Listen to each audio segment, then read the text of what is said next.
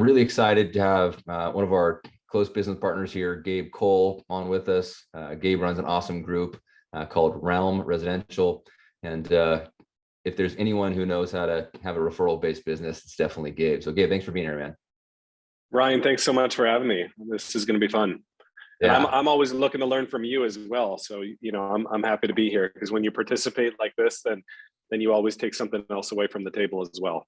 So Gabe, I'd love for you to, tell me and everybody here, what do you and your team do to ensure that your clients aren't a part of those statistics, right? They're not part of the 44 or 63% that just have a good transactional experience, but then find out after the fact they wish they would have known more. Yeah. No, I when you shared that stat with me about how many people had buyer's remorse, or were regretful after they made their purchase, it was actually very surprising to me how high that number was, right? Because when we work with clients, we literally don't have any. I can't really say 100% satisfaction, right? But it's pretty close to that, where they don't have buyer's remorse, and I think that's because the approach that we take. And when we work together as a team with your team, Home Loans, like the combo effect of how we approach kind of the emotional side of it, of like what their hopes and dreams are, what their goals are when they're looking to purchase their next home, and then when we combine that, it's almost like rocket fuel. If you obviously, I think you've probably read that book, right? But it's then you take the financial transition, as you call it, the financial transition plan, where you fully educate them on everything related to their finance and how that's going to affect their home purchase. And then we take the emotional side of it, and also the logical side of it. What are your hopes and dreams? How long are you planning on being in this home for? So I think that the initial consultation is of utmost importance when you're starting to work with a buyer, that you really take a truly consultative approach. And that's always how I've approached my business, is really consult with the client. And this isn't about us, it's about them. So really trying to find out, what are the most important things to them? Like, is it lifestyle of the community that they're going to be buying in, or would they rather sacrifice that, live in another area that they're maybe not as keen on, but it maybe offers them a little bit more square footage, right? Do they have a growing family? Do they need an extra bedroom, maybe for their future plans on their family? So we really get into a lot of that. And I think because we go so deep on a lot of these questions, they get really crystal clear on what is important to them. And if they feel like this first house for them is not going to be their end all be all, then we can put together a plan for this being a stepping stone. And they either could turn this into a rental property in 2 or 3 years, or they could sell it and we maximize their equity on the sale to go into the next one.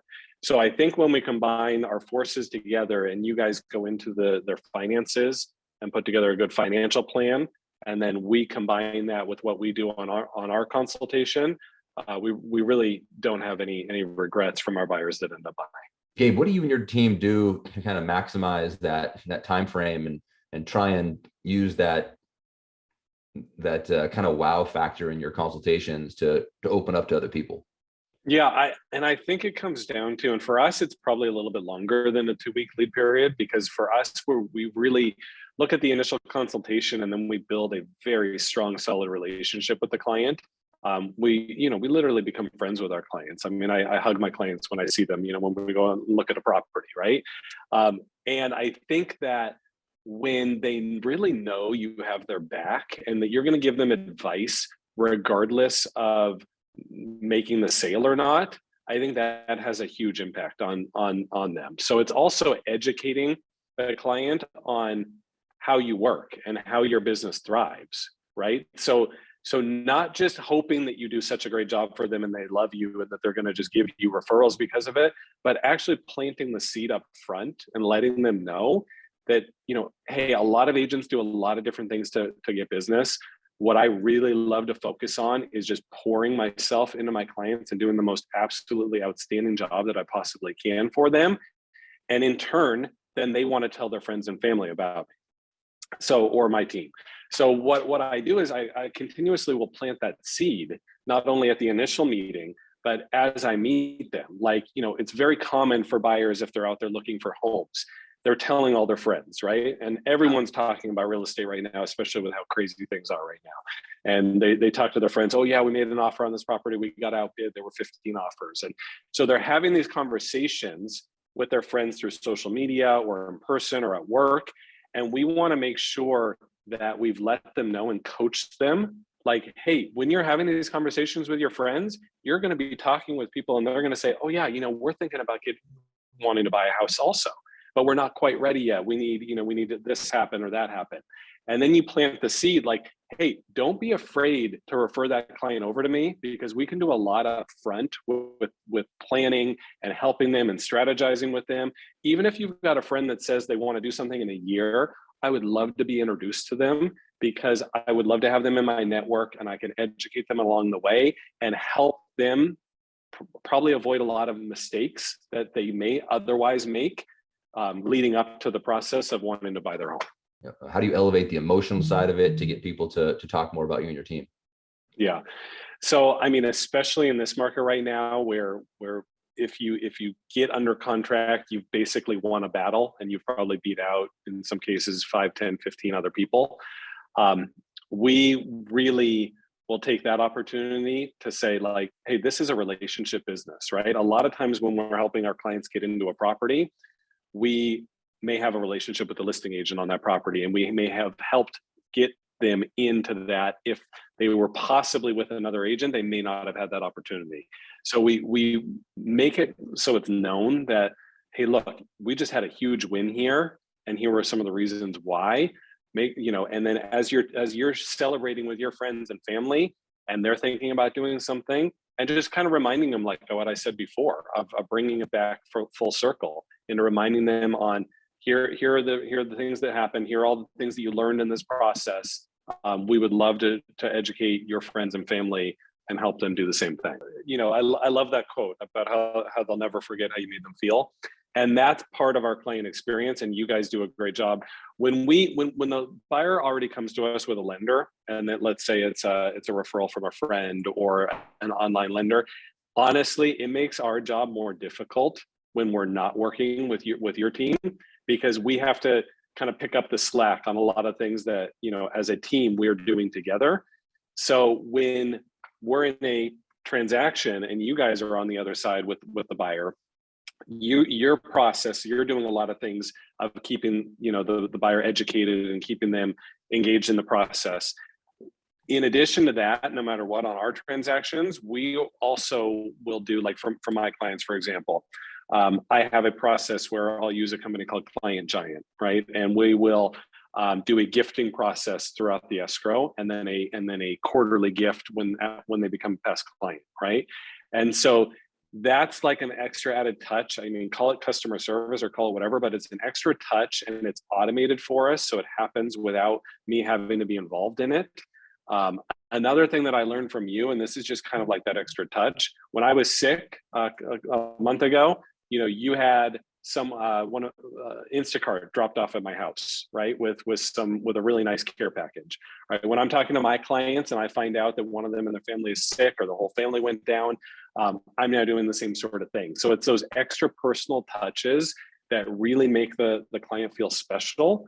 And that, with the reinforcement of you letting them know how important referrals are, and they're the lifeblood of your business, so to speak, it's like they want to refer you. They want to look out for people that are thinking about doing something, because you've grown a relationship with them. You've shown expertise. You've done a consultation with them and really shown them throughout the entire process that you have their back and you're not just looking to sell them a house.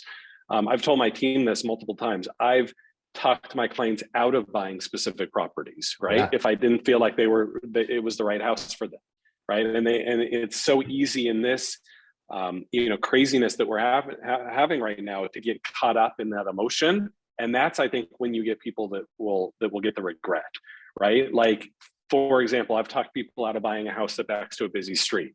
And they're like, oh, it doesn't really bother us that much.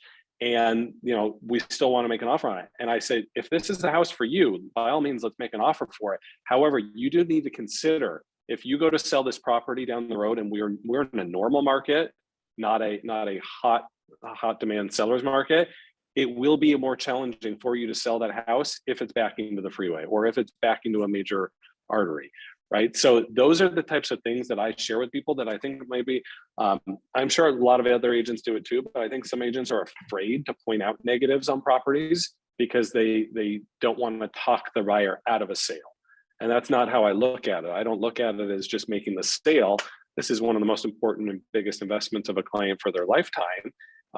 They deserve to have the counsel and the expertise and the guidance to help them, make the best decision for their family. So I think that shows through when I'm genuine and authentic with that. We had that conversation that no, I'm not sending out a survey for my team. And I know you guys do such a great job with that. And then we had that conversation of well, why don't we add the realtor partner on to that survey, since you guys are already surveying the client. That way, if there is anything that they're unhappy with, either by myself or my team, then we as the realtor partner are also notified about that and can act fast and do something about it. What I typically will do during the transaction is reviews are super important to us, online reviews, and getting our Zillow reviews up and getting our Google business page reviews up and Yelp as well. What I look for is the most exciting time in the transaction to then ask for that review. So once a seller sells their property and they had multiple offers and we got them a fantastic price on their home and we open up escrow, I might ask for a review at that time, right? Rather than waiting until after the closing. Sometimes people think, oh, we got to wait till it's closed before we can get a review. I don't think you have to wait till it's closed to get a review. When the buyer actually wins out in that multiple offer situation and we open up escrow and they're ecstatic and they're excited and they're so grateful that you helped them get the property, it's a fantastic time to be asking for that review. Right. So I don't save it until the very end. We've got a post-closing follow-up that we'll probably get to and talk about, but we ask for our online reviews during that time. One of the reasons why we partner with you guys is because you do such a phenomenal job educating the client. And then likewise, we participate in the Art of Homeownership program that you put together, and we offer these services to the client after the sale, right? And it's one of our components. We've got other keep in touch programs as well and services we offer, but it's not just selling them the house and then, good luck, call me when you're, thinking about moving again in 7 years, right? It's keeping in touch with the client after and having a system and a process of or a value proposition to be able to provide them things of value that would be pertaining to them and important to them. After the closing, there's a couple of things that we do. One, everything needs to be in your CRM, because if you just count on your memory, it's never gonna happen. Things are gonna fall through the cracks. You're gonna get busy. You're not gonna think about it. So I have a program in my CRM that quarterly it's gonna remind me to reach out to them. So that's the bare minimum, quarterly, to reach out to them. And I do that in a couple of different ways, but it could just be a quarterly phone call check-in. It could be a video bomb that I send them, a personal greeting with what I'm, that I was thinking about them, or, hey, I was driving by your neighborhood the other day that, I saw your front yard, you redid it, looks great, something like that. We also put all of our clients on HomeBot, right? So everyone gets a Wealth Digest report monthly on their property with how much it's gone up in value, how much principal reduction they've had based off of their mortgage amount and their interest rate.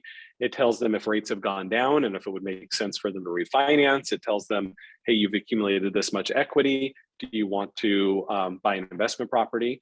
So it's like keeping them in tune with the value of the property, but it's also offering a home concierge service. So there's the house happy that if they need something done for their property, they can reach out to that home concierge service and not have to deal with hunting down contractors and all of that. And I've utilized that home renovation program for my sellers on a number of transactions, right? And as I have a background in investing and flipping real estate as well. Yeah. So it was really a really good niche for me. Like, it's something that I love doing anyway, and I can add a tremendous amount of value for my clients.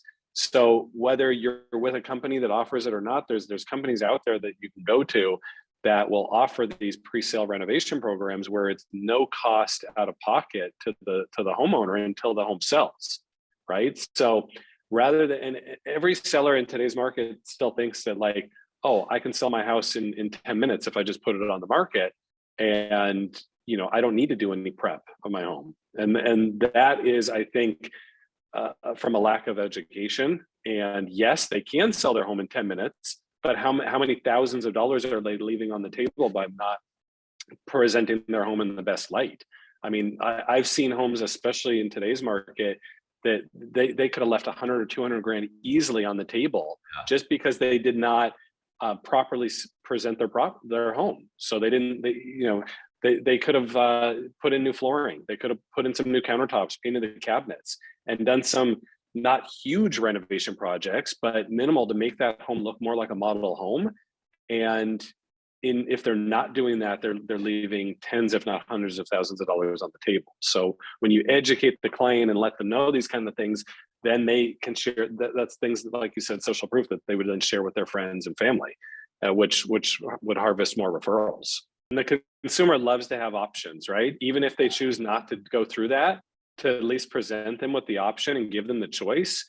I had a situation actually just this week where we're consulting with a client on fixing up their property prior to doing it. And their mom lives in the property and she's lived in there for probably 25 years. And it definitely needs some updating. And then what we're in the process of doing right now is we're going to do a full analysis for them on, hey, this is what we think your home will sell for if you just put it on the market today.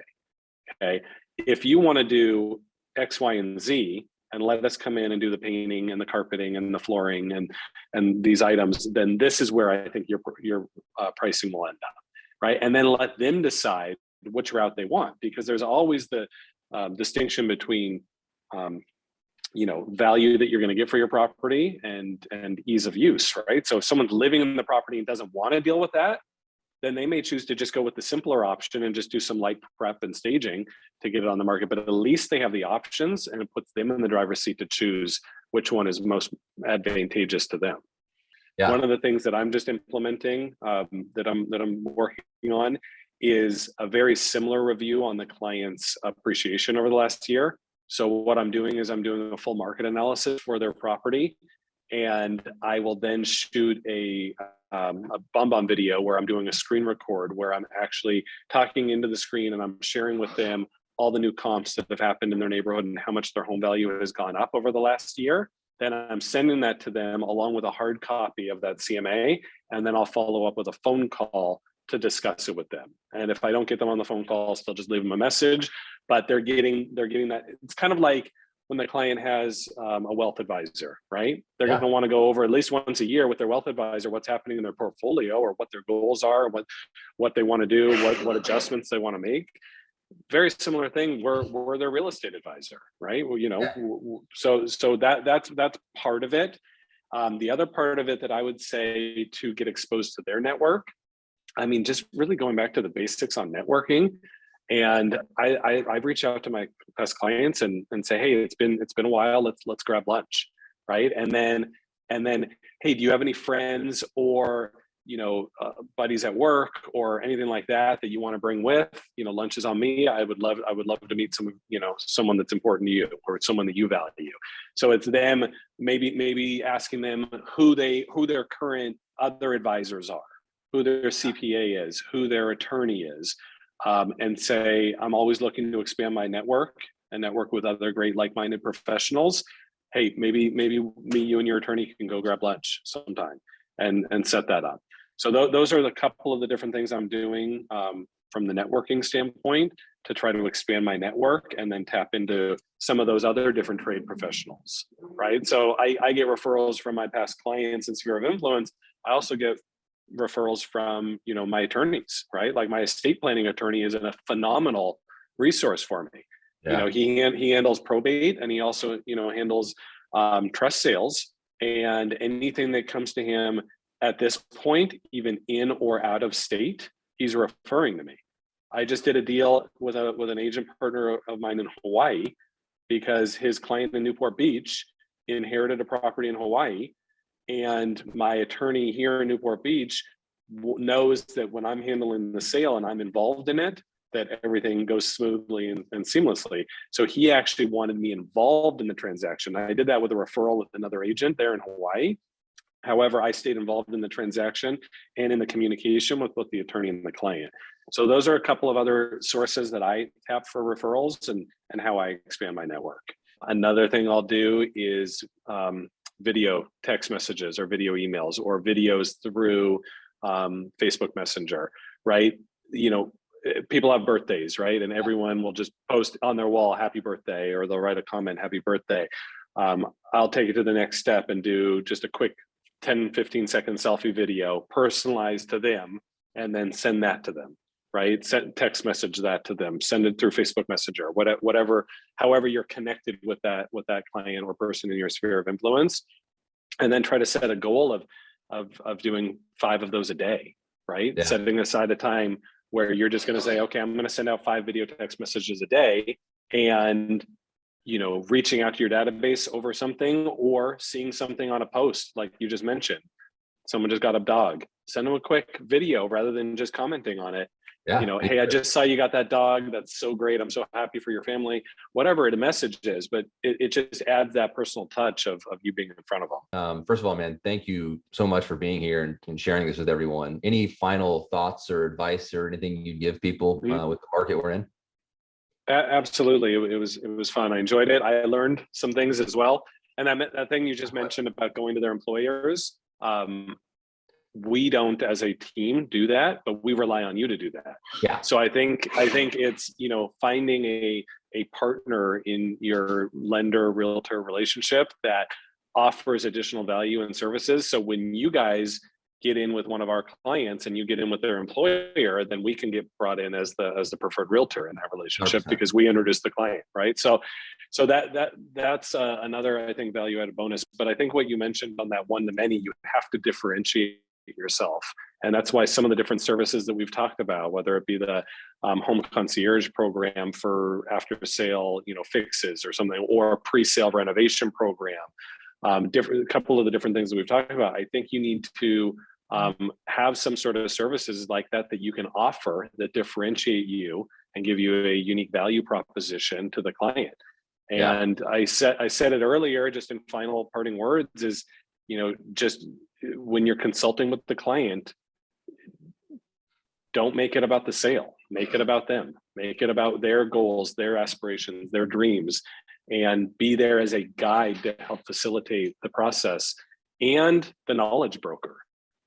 You know, you're educating them on so many different things, and it's kind of a whirlwind when they're, you know, learning about what's going on in the market, and they're, you know, just learning about even buying a home, and there's all these different things. And you know, one of the things that my clients have loved about me is I've always been, my mind is always going, but I have a calm demeanor, and I bring calm to the storm, right? So when they're freaking out and they're, you know, things are going wrong or whatever it is, I think if you can bring value to your client and calm their nerves and assure them that things are going to be fine and that this is the plan or this is the action or here are the options, then that's something that they really appreciate and make you more referable.